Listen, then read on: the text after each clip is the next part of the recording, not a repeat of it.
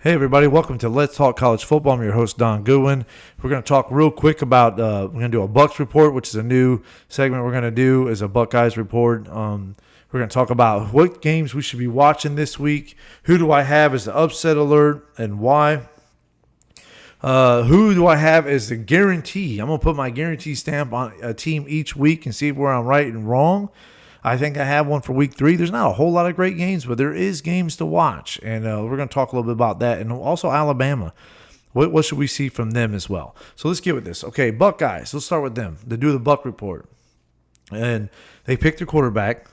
Kyle McCord's the quarterback. Devin Brown, I mean, you can tell watching the game that he was going to be the quarterback, right?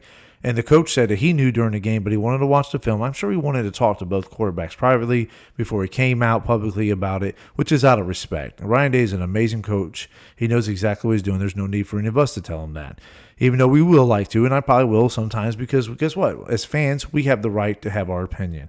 And when Ohio State has a certain standard, which they do, which is a standard just like Alabama, just like Georgia, just like Clemson, just like LSU, and some of these other teams that have had success a lot in the recent.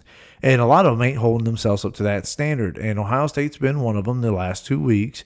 And they might not have lost, but they're not been up to that standard. And so where some people, some fans would be like, who are you to say it? Well, that's it. I'm a fan, and you hold a standard, and it's called accountability, and we're going to make that accountability happen. That's just the way it goes. And so there's a couple things I like to see out of Ohio State when they go against this air-raided offense in Western Kentucky. And this Western Kentucky team is no joke. Absolutely not. And I really actually like them a lot. Just don't like them having to go against my team. I would prefer that would not be it, right? But let's talk about this right here. So Austin Reed might be one of the best quarterbacks in a group of 5 there is. He would probably be a great quarterback in a Power 5. If he would have left the group of 5, if he'd have left Western Kentucky last year in the transfer portal, he'd be starting in a Power 5 school, probably wherever he went. The kid's great, man.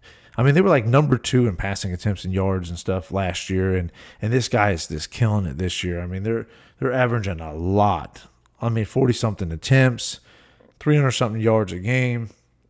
I mean, just nailing it out there, right? Now, they haven't played extremely great competition as they played USF in the, I don't know, some kind of Christian school, which, amen for that. I'm a Christian. That's like Houston's Baptist or something. I don't know. But they're known for it. They don't have a great defense, and so I know Ohio State's going to come out there and offensively get to have those reps and get to see those looks and get to work on some of this offensive stuff they need to do on as they're getting ready for Notre Dame. But it's about the defense to this week as well. One thing on the offensive side I like to see them to work a little bit better with this offensive line, try to work better on the run block, continue to work on your pass block. They've done a great job on pass block. The run block ain't been there. Some of it's been the running, though. Like these play calls for the running game and running them off the edge, running them out wide, it's ridiculous. Stop spreading the run game. Run through the tackles, get your 3, 4, 5 yards, work it out. Eventually you're going to break one through and you go to the touchdown. This offensive line is too young, and they're not being able to block anybody. Every time they do that, they allow linebackers to fly through and hit them. Every time Devin Brown tried to do a quarterback run, he got nailed. Like, these guys ain't doing very good at blocking the run, but they are getting better, but the play calls need to help them as well. It's not all on the offensive line. Some of it's on the running backs. Some of it's on the play call. I mean, we have to give it where it is. If we're going to blame the players, we need to blame the calls that are also played that are not supposed to be there. But it's on the running backs. If you can't get a 3rd and 2, that's running.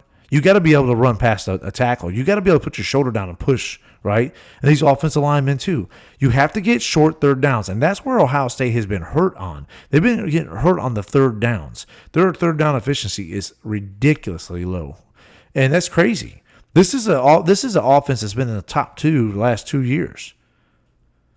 And it's not looking like that. And so we're not used to it, so there's a standard, and we're freaking out, right? I mean, I think they'll work it out. We got to get past Notre Dame. We got to get a win there on the road at Notre Dame. And that's going to be tough as it is, right? It's always tough when you play on the road. So I think on the offensive side, that's the things they need to work on. Continue to get those reps with Kyle McCord and these receivers. Run up through the tackles. Offensive line needs to work on their run block as well as continue to work on their pass block. Defensive wise is the pass rush. We're going to actually see a air rated offense. So this quarterback's going to be throwing the ball out. We have the opportunity to see a pass rush. If we can get a couple good stops, right?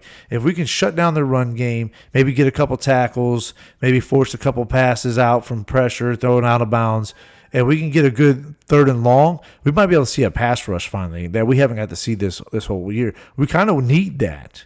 Now, this defensive front has been great on slowing down the run and keeping things in front of them, but we need that pressures, right? We need the sacks. We need to go out there and continue to work on these things. They haven't had that opportunity. They will. The safeties and corners will have an opportunity as well to be able to go against a quarterback who can throw it out and these wide receivers who can catch it. So they're going to be tested too. These things are good to have going into the game against Notre Dame because we have not been tested enough over there. So Buckeyes defense will be tested this week, and that's a good thing. All right, enough about that. Let's move on. And we can get more in depth, too. I'm probably going to do another Buckeye talk anyways for the Buckeye fans out there. We're going to get a little bit more in depth, something we haven't got really in depth so far this year. And if you'd like your team to be talked about, too, into like a report, comment. Let me know, and I'll do some research, and we'll break it down. We'll try to look at some of the things that need to be worked on. So let's talk about Alabama right now. Alabama's going against USF, South Florida Bulls, my hometown. And I was supposed to be at that game, and things just kind of fell through. We will be at the Purdue-Ohio State game. I'm pretty excited about that. I would have liked to have been in the Columbus against Penn State. It just didn't work out, but I'm excited about going to Purdue. I haven't been to that stadium yet, and I'm going to be loud. Put me right in the middle of all of them. I'm going to be loud. So Alabama goes out there and plays Texas and loses. And everyone blames the quarterback. And they have the right to blame a quarterback. He didn't do a very great job. Offensive line is part of that blame as well. I think the play calling and the fact that I don't think Alabama did anything to change up in the middle of the game. Right? Halftime came out. They came out at halftime. I just felt like it was the same team at the beginning as it was at the end. I think the problem that they have is I don't think Alabama's coaching staff is as good as the Alabama coaching staffs that we're used to. And that's kind of put them down off the standard that they are. And everybody, once again, they say, oh, man, who are you? Well, it's simple. You're going to have a standard. I'm going to hold you accountable to it. And Coach Saban always picks, he easily picks the best coaches. You look at the coaches that we have out there today that went through Nick Saban, they're head coaches. They're great, right? This might be one of the weakest coaching staffs that Alabama's had, and I think that's been a problem. Also, I don't like the dual threat running back or dual threat quarterback in Alabama systems. I just don't like it. As good as Jalen Hurts is, they benched him. They let him transfer because he didn't work as great in the system. And here's the thing. The guy, Milroe, was staring down his number one wide receiver that he was supposed to throw to. And if he wasn't open, he wanted to run the ball. He just held the ball too long by watching it and then takes off running. He's not going through his progression. So that's on him. And the offensive line didn't do a very good job of blocking. But I will say this. I think Texas's defensive line might be the best defensive line in all of college football. So you can't beat the offensive line down too much. But then again, it's Alabama and the standard. So we're going to say stuff like that, right?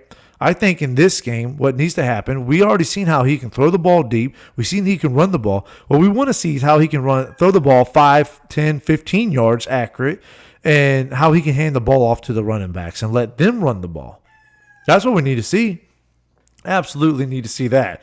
So that's what I think Alabama, that's what we're looking for Alabama, because you're not looking for, they're going to win or lose, not against USF. We're not looking for that. We're looking for what are they going to do to fix the issue they have in Alabama, because you've been tested. You've already been tested. So you can't say you're not tested. Alabama has been tested. After that test, if they can fix their issues after that test, they'll be playing in the SEC championship probably against Georgia. Simple as that. I don't see anybody else who they play on the schedule. And SEC is down this year, gentlemen. They are down, ladies. It's just the way it is. And I don't see anybody on their schedule that has a defensive front like Texas does. It's not there. It's not there. So Alabama, don't have to worry about that. But they need to fix some of the problems that they have, and they do. They'll be just fine. They'll be Alabama, and they'll be right back fighting for contention. All right, let's move on. Upset alert. I got Tennessee going into Florida, and I know what you're saying. Florida's garbage. Well, are they? I got Florida a little mad about what's going on, and they've been working on some things, and they're going to get better. Let's not let week one make that snap judgment. Do I think Tennessee's a better team than Florida? Yeah, but guess what? They're going to Florida, so Florida will have the crowd. They've started working on this run game. They ran over 300 yards last week. They don't need to run 300 yards against Tennessee. They need to run 150 yards against Tennessee. They need to be able to pass short and medium. They need to be able to control the ball, control the clock, let that clock run out. At home, keep that atmosphere electric. And I am telling you that they can beat Tennessee in a close game. Now, I'm not saying that Milton's not a good quarterback. He's thrown some touchdowns. I mean, he's averaging 2 touchdowns a game. He's got some inaccuracies still that he's working with. If anybody's ever followed his career, you know that's just a part of his game. They've ran the ball a lot better than they have last year. This is a different offense. This is not the same Tennessee as last year. And I don't think this defense is that great either. They were horrible last year. I think they're a little better than last year, but they still have a lot to work with. So Tennessee's not some world breaker that you can't go out there and beat them. I think they have that opportunity to win, and that's my upset number 1 that I'm going to pick. My upset number 2 that I'm going to pick is going to be Mississippi State. Mississippi State at home versus LSU. LSU, I do not like their defensive backs. I know what you're saying. Mississippi State don't even throw the ball. Well, listen, they might not have, but they will. And Mississippi State can run the ball. They can run the ball real good. And this LSU defense is allowing over 5 yards a run. And if they run the ball good and start passing the ball against these defensive backs, Mississippi State can control the clock once again at home. This is a rowdy crowd. This Mississippi State team is full of seniors and juniors. These guys played a lot of football together. They're a good team. And if they could just control the atmosphere and the clock, and if they can get those first downs and they can get some touchdowns out of that running game and get some passing, we need to see them pass. I mean, it's not really been there at all. But, you know, they're gonna change for each team, and I really think this coaching staff will have these guys ready. I think both these upsets are going to be close games, but I got both homers beating Tennessee and LSU for the upsets. 2 ranked teams going down this weekend. That's what I got. All right. Now I know you're waiting for it. Who's going to be the guaranteed? Well, I tell you right now, I think Kansas State goes into Mizzou and beats Mizzou. I think Kansas State is just a great team. I think they're a good team. I don't think they're gonna like a national championship team. I don't think they're going to be like I don't think they're going to win their division, but I think this is a good team. And I don't think Mizzou's a good team at all. Not at all. And I know Mizzou's at home and everything like that. But listen, Kansas State, they beat them last year, and I think they're going to beat them this year. I think Kansas State all around is a good team, and I'm going to put my guarantee stamp on that team, on that game. I think they're going to go out there and win that game. And I think they'll win it soundly. I truly do. So look forward to that. Here's another one I want to put out there. This is the Purdue 1-1 versus Syracuse 2-2 at Purdue. Look for Purdue to continue to get better. They didn't look very good at all in their first game. I think they're going to continue to get better and better. They got a tough schedule. Syracuse is a pretty good team, man. But if this is when you're going to show the world that you're getting better, that you're moving forward, this is it. You're at home. So I look forward to that. Pitt and West Virginia should be a pretty good game. That's going to be a pretty good game. Big 12 versus ACC. Look forward to seeing that one. That'll be a good watch. There's not a whole lot more that I would watch. Everybody's like Colorado and Colorado State. Colorado State is not a good team. I'm sorry, Dion. I'm just not going to spend the time to watch that game. I know game day's going there. That's fine. They can do whatever they want. No one has control over that. But to me, there's better games out there. There's games to more look at. And but I'll be there. When you play Oregon, USC, I'll be watching. I'll be watching close. You guys got a lot of talent. I just don't think Colorado State's going to be able to hang with Colorado. I think it's going to be a one-sided game for sure. All right. Saying that, Fresno State versus Arizona State will be another one to look out for. I think this could be a good game as well. just to watch. I don't got nobody, no picks, no favorite. I just think good games. We're going to be getting out of these small teams that are going to go around. We're going to start getting into conference play, so everything's going to start heating up as we move forward into this season. So look forward to doing that, and the conference is just eating each other up. And I didn't think that's how it's going to be. I mean, right now, SEC is at the very bottom. I think Big 10, Big 12 is right there. I think the best conference shown so far is the Pac-12. Now, all this is still early, so don't go out there and try to hang the messenger. But Pac-12 is right there. ACC's right under Pac-12. It's just kind of crazy. No one's used to this, right? Who's been used to seeing FSU and Texas up in the top 4? Nobody.